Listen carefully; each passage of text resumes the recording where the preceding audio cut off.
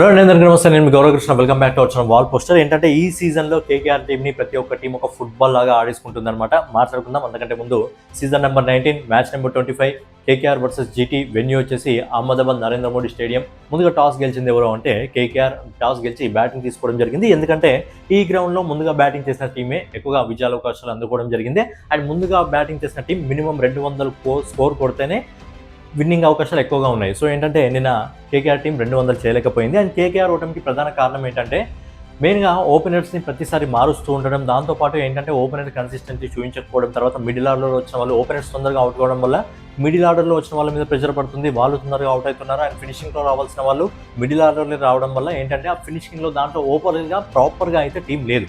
అందుకే ప్రతి మ్యాచ్ కూడా ఇప్పటివరకు ఈ సీజన్లో 6 మ్యాచ్లు ఆడితే 6 మ్యాచ్లో ఇప్పటికా బోనీ కొట్టని ఏకైక టీం ఏంటంటే కేకేఆర్. ప్రతి ఒక్క టీం అంతో ఎంతో బోనీ కొట్టింది, కానీ కేకేఆర్ ఒక టీం మాత్రమే ఇప్పటివరకు బోనీ కొట్టలేదు. అండ్ ప్రతి టీం మీద కూడా ఓడిపోవడం జరిగింది. ముంబై ఇండియన్స్ చేతిలో 6 వికెట్ల తేడాతో ఓడిపోవడం జరిగింది. సన్ రైజర్స్ హైదరాబాద్ చేతిలో 65 పరుగుల భారీ తేడాతో ఓడిపోవడం జరిగింది. లక్నో సూపర్ జైంట్స్ చేతిలో 3 వికెట్ల తేడాతో ఓడిపోవడం జరిగింది. అండ్ చెన్నై సూపర్ కింగ్స్ చేతిలో 32 పరుగుల తేడాతో ఓడిపోవడం జరిగింది. అండ్ నిన్నటి మ్యాచ్లో ఆ స్కోర్ని డిఫెండ్ చేసుకోలేకపోయింది. సో ఒక్కసారి మనము కేకేఆర్కి సంబంధించిన బ్యాటింగ్ డిపార్ట్మెంట్ గురించి మనం ఒకసారి మాట్లాడుకున్నట్టయితే టిమ్ షెఫర్డ్ 19 పరుగులు చేయడం జరిగింది. అజింక్య రహానే గోల్డెన్ డకౌట్ చేయడం జరిగింది. అండ్ ఈ సీజన్లో అజింక్య రహానే ఆల్రెడీ ఒక హాఫ్ సెంచరీ కంప్లీట్ చేసుకోవడం జరిగింది. అండ్ రఘువంశీ వచ్చి కొంచెం ఫామ్లో ఉన్నాడు అనుకోండి, బట్ ఏంటంటే నిన్న చేతులు ఎత్తేయడం జరిగింది. నిన్న 8 పరుగులు మాత్రమే చేయడం జరిగింది. అండ్ ఈ సీజన్లో ఆల్రెడీ 2 హాఫ్ సెంచరీలు రఘువంశీ చేశాడు. ఇక కెమెరన్ గ్రీన్ గురించి తర్వాత మాట్లాడదాం.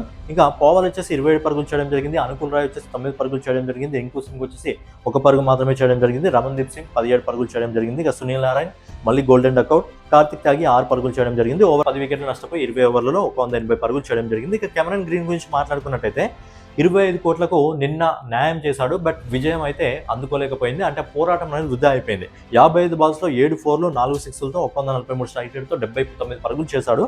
బట్ ఏంటంటే ఎక్కడో స్ట్రగుల్ అయినట్టు కనిపించింది. కొద్దిగా ఆ రన్ రేట్ కూడా తక్కువగా మెయింటైన్ చేయడం జరిగింది. కాబట్టి ఏంటంటే ఎక్కడో స్ట్రగుల్ కావడం జరిగింది, స్ట్రగుల్ అయితే ఆడడం జరిగింది. చివరి బాల్కి రషీద్ ఖాన్ అయితే వికెట్ తీసేయడం జరిగింది. మనం ఒకసారి కెమెరన్ గ్రీన్కి సంబంధించి ఈ సీజన్లో మనం ఒకసారి చూసుకున్నట్టయితే అతను ప్రతి టీం మీద కొట్టే స్కోర్ చూసుకున్నట్టయితే ముంబై ఇండియన్స్ మీద 18 పరుగులు కొట్టడం జరిగింది. సన్ రైజర్స్ హైదరాబాద్ మీద కేవలం 2 పరుగులు, పంజాబ్ కింగ్స్ మీద 4 పరుగులు, లక్నో సూపర్ జైంట్స్ మీద 32 పరుగులు, అండ్ చెన్నై సూపర్ కింగ్స్ మీద డకౌట్ కావడం జరిగింది. అండ్ నిన్నటి మ్యాచ్లో 79 పరుగులు చేయడం జరిగింది. 55 బాల్స్లో స్ట్రగుల్ అవుతూ బ్యాటింగ్ చేయడం జరిగింది. హాఫ్ సెంచరీ తర్వాత కొంచెం ఊపు అందుకున్నాడు, బట్ ఏంటంటే ఎక్కువగా స్ట్రైక్ దొరకలేదు కాబట్టి ఓవర్లుగా 79 పరుగులు చేయడం జరిగింది. కేకేఆర్ ఏంటంటే ఓవర్లుగా 20 ఓవర్లలో 180 పరుగులు మాత్రమే చేయగలిగింది. సో ఏంటంటే దాన్ని డిఫెండ్ చేసుకోలేకపోయారు. అండ్ మనము జీటీకి సంబంధించిన బౌలింగ్ డిపార్ట్మెంట్ గురించి మాట్లాడుకున్నట్టయితే సిరాజ్ వచ్చేసి 4 ఓవర్లు వేసి 23 పరుగులు ఇచ్చి 2 వికెట్లు తీసుకోవడం జరిగింది. అలాగే రబడా వచ్చేసి 4 ఓవర్లు వేసి 29 పరుగులు ఇచ్చి 3 వికెట్లు తీసుకోవడం జరిగింది. ప్రసిద్ధ కృష్ణ 4 ఓవర్లు వేసి 32 పరుగులు ఇచ్చి 1 వికెట్ తీసుకోవడం జరిగింది. అలాగే అశోక్ శర్మ 4 ఓవర్లు వేసి 45 పరుగులు ఎక్స్పెన్సివ్గా ప్రూవ్ కావడం జరిగింది, 2 వికెట్లు తీసుకోవడం జరిగింది. రషీద్ ఖాన్ 4 ఓవర్లు వేసి 44 పరుగులు ఇచ్చి 1 వికెట్ తీసుకోవడం జరిగింది. సో ఎక్స్పెన్సివ్గా ప్రూవ్ కావడం జరిగింది, ఎండింగ్లో వికెట్ అయితే తీసుకోవడం జరిగింది. సో ఏంటంటే ఓవరాల్గా 180 పరుగుల లక్ష్యం అయితే గుజరాత్ టైటాన్స్కి ఇవ్వడం జరిగింది. సో ఏంటంటే ఈ సీజన్లో మనం స్కోర్ని డిఫెండ్ చేసుకోవాలంటే ఖచ్చితంగా మినిమం 200 కొట్టాలి. మినిమం 200 కొడితేనే దాన్ని డిఫెండ్ చేసుకోగలం. అలాగే నరేంద్ర మోడీ స్టేడియంలో మినిమం 200 పైన స్కోర్ కొడితేనే దాన్ని డిఫెండ్ చేసుకోగలం ఒకవేళ మొదటి బ్యాటింగ్ చేస్తే. ఇక మనం ఒక్కసారి జీటీ బ్యాటింగ్ డిపార్ట్మెంట్ గురించి మాట్లాడుకున్నట్టయితే సాయి సుదర్శన్ 22 పరుగులకు అవుట్ కావడం జరిగింది. జాస్ బట్లర్ 25 పరుగులు, అలాగే వాషింగ్టన్ సుందర్ 13 పరుగులు, గ్లెన్ ప్లేస్ 19 పరుగులు, తెవాటియా 7 పరుగులు, అలాగే షారుఖ్ ఖాన్ 3 పరుగులు. కానీ నిన్న క్యాప్టెన్ ఇన్నింగ్స్ అయితే ఆడడం జరిగింది. శుభ్మన్ గిల్ అదిరిపోయే ఫామ్లో ఉన్నాడు. Back to back half centuries అయితే చేయడం జరుగుతుంది. ఒక మ్యాచ్లో కొద్దిగా ఇంజురీ వల్ల ఒక మ్యాచ్కి బ్రేక్ తీసుకోవడం జరిగింది. ఇంకో మ్యాచ్ అంటే అది డ్రా మ్యాచ్ కావడం జరిగింది కాబట్టి ఆ పాయింట్స్ రావడం జరిగింది. వర్షం వల్ల మ్యాచ్ ఆగిపోవడం జరిగింది కాబట్టి ఓవరాల్గా ఏంటంటే శుభ్మన్ గిల్ నిన్న 50 బాల్స్లో 8 4లు 4 6లతో 172 స్ట్రైక్ రేట్తో 86 పరుగులు చేయడం జరిగింది. And present orange cap holder కూడా. దాంతోపాటు ఏంటంటే జీటీ నుంచే ప్రసిద్ధ కృష్ణ పర్పుల్ క్యాప్లో కూడా ఉన్నాడు. 5 ఇన్నింగ్స్ ఆడడం జరిగింది, 11 వికెట్లు తీసుకోవడం జరిగింది. సో ఆరెంజ్ క్యాప్ ఇంకా పర్పుల్ క్యాప్ గుజరాత్ టైటాన్స్ దగ్గరనే ప్రజెంట్ అయితే ఉంది. ఇక మనం ఒకసారి శుభ్మన్ గిల్ ఆడిన మ్యాచ్ల గురించి మాట్లాడుకున్నట్టయితే పంజాబ్ కింగ్స్ మీద 39 పరుగులు చేయడం జరిగింది. ఢిల్లీ క్యాప్స్ మీద 70 పరుగులు చేయడం జరిగింది. లక్నో సూపర్ జైంట్స్ మీద 56 పరుగులు చేశాడు. ఆయన నిన్న కేకేఆర్ మీద 86 పరుగులు చేశాడు.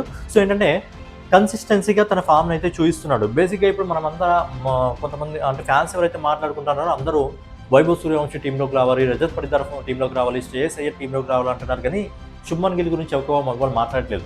బ్యాక్ టు బ్యాక్ 3 హాఫ్ సెంచరీలు చేయడం జరిగింది. అండ్ ఇప్పుడు 251 పరుగులతో ఆరెంజ్ క్యాప్ లీడర్ కూడా. సో ఏంటంటే బేసిక్గా గిల్ గురించి ఎవరు మాట్లాడుతూ మిగతా వాళ్ళ గురించి మాట్లాడుతున్నారు.